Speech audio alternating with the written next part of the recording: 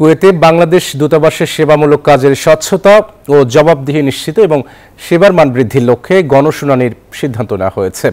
প্রতি মাসের দ্বিতীয় রোববার গণশুনানি অনুষ্ঠিত হবে। এছাড়া প্রবাসীদের জন্য অভিযোগ ও পরামর্শ বাক্স স্থাপনের সিদ্ধান্ত নেওয়া হয়েছে। এমন তথ্য জানিয়েছেন কুয়েতে নিযুক্ত বাংলাদেশের রাষ্ট্রদূত major general Syed Tareq Hossain. Kuwait থেকে জাহাঙ্গীর খান পলাশের তথ্যচিত্রে ডেস্ক রিপোর্ট। দূতাবাসের সার্বিক সেবা প্রদানে কাজের স্বচ্ছতা, জবাবদিহিতা, কনসুলার সেবার মান বৃদ্ধির লক্ষ্যে প্রতি মাসের দ্বিতীয় রোববার গণশুনানি করবে বাংলাদেশ দূতাবাস। আগ্রহী যে কেউ এই গণশুনানিতে অংশ নিতে পারবেন।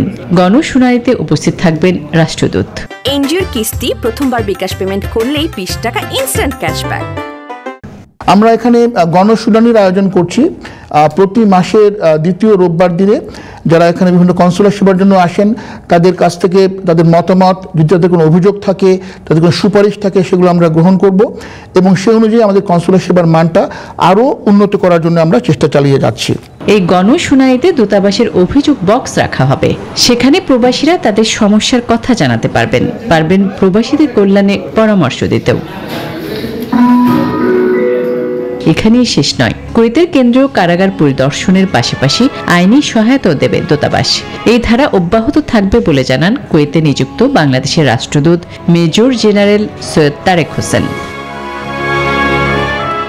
রাষ্ট্রদূতের সঙ্গে বাংলাদেশ প্রেস ক্লাব কুয়েতের নেতৃবৃন্দের বৈঠকে উপস্থিত ছিলেন কাউন্সিলর ও দূতালয় প্রধান মোহাম্মদ মুনিরুজ্জামান, ছিলেন বাংলাদেশ প্রেস ক্লাব কুয়েতের সহসভাপতি আলামিন রানা, সাধারণ সম্পাদক জুবেদ, যুগ্ম সম্পাদক মোহাম্মদ হেফজু সহ আরও অনেকে।